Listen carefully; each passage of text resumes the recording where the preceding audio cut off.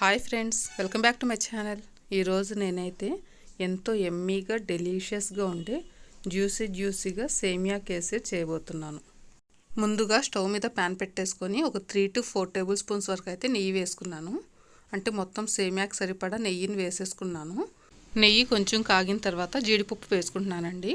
అంటే మనం క్వాంటిటీని బట్టి తీసుకోవాలి. నేను ఒక 3 టేబుల్ స్పూన్స్ వరకు అయితే జీడిపప్పు వేసుకున్నాను. ఇవి కొంచెం దూరగా వేయించుకోవాలి. దాంట్లోనే కొంచెం కిస్మిస్ వేసుకోవాలి. అవి కూడా కొంచెం వేగిన తర్వాత ఒక ప్లేట్లోకి తీసేసుకోవాలి. డ్రై ఫ్రూట్స్ ఫ్రై చేసేటప్పుడు లో ఫ్లేమ్ మీద ఫ్రై చేసుకోవాలండి, లేకపోతే ఊరికే మాడిపోతాయి. కిస్మిస్లు వేసినప్పుడు ఇలా పొంగితే అవి ఫ్రై అయినట్లేనండి. ఇంకా ఇవి అయితే ఫ్రై అయిపోయినాయి. ఒక ప్లేట్లోకి తీసేసుకుంటున్నాను. ఎక్కువగా మాడనివ్వకండి, ఇలా ఈ కలర్ వస్తే చాలు, సరిపోతుంది.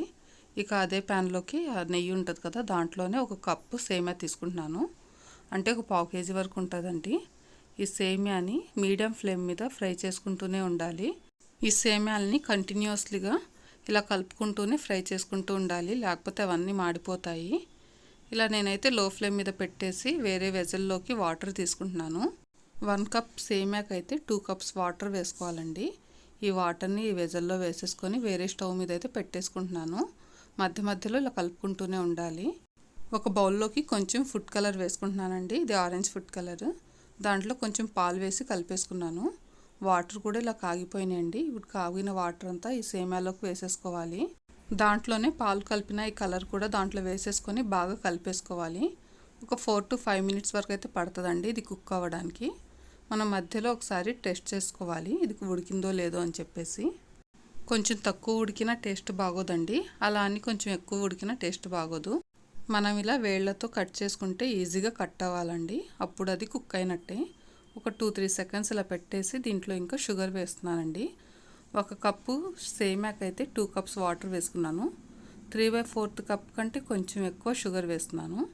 మరీ ఎక్కువ స్వీట్ తినే వాళ్ళైతే 1 కప్పు సేమియాకి 1 కప్పు షుగర్ వేసుకోవచ్చు. కానీ అంత షుగర్ ఎక్కువ అయితే మరీ వెగటుగా ఉంటుంది.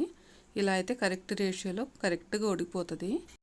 షుగర్ అంతా మెల్ట్ అయ్యి సేమియా దగ్గరకు వచ్చేటప్పుడు కొంచెం అయితే నేను ఇలాచీ పౌడర్ వేసుకున్నాను. ఫ్రై చేసి పెట్టుకున్న డ్రై ఫ్రూట్స్ వేసేసుకొని కలిపేసుకోవాలి. ఈ కన్సిస్టెన్సీ ఉన్నప్పుడు అయితే స్టవ్ ఆఫ్ చేసేసుకోవాలండి, అంటే కరెక్ట్గా సరిపోతుంది. ఫైనల్గా కొంచెం అయితే ఘీ వేసుకొని కలిపేసుకున్నాను. మూత పెట్టేసి ఒక 15 minutes వదిలేసుకోవాలి. ఇక సేమియా టెక్స్చర్ అయితే కరెక్ట్గా సెట్ అయిపోయిందండి. ఇంకా జ్యూసీగా సేమియా కేసరి రెడీ అయిపోయింది. మీరు కూడా తప్పకుండా ట్రై చేసి టేస్ట్ ఎలా ఉందో నాకు కామెంట్ చేయండి. Please like, share and subscribe to my channel. Thanks for watching my video.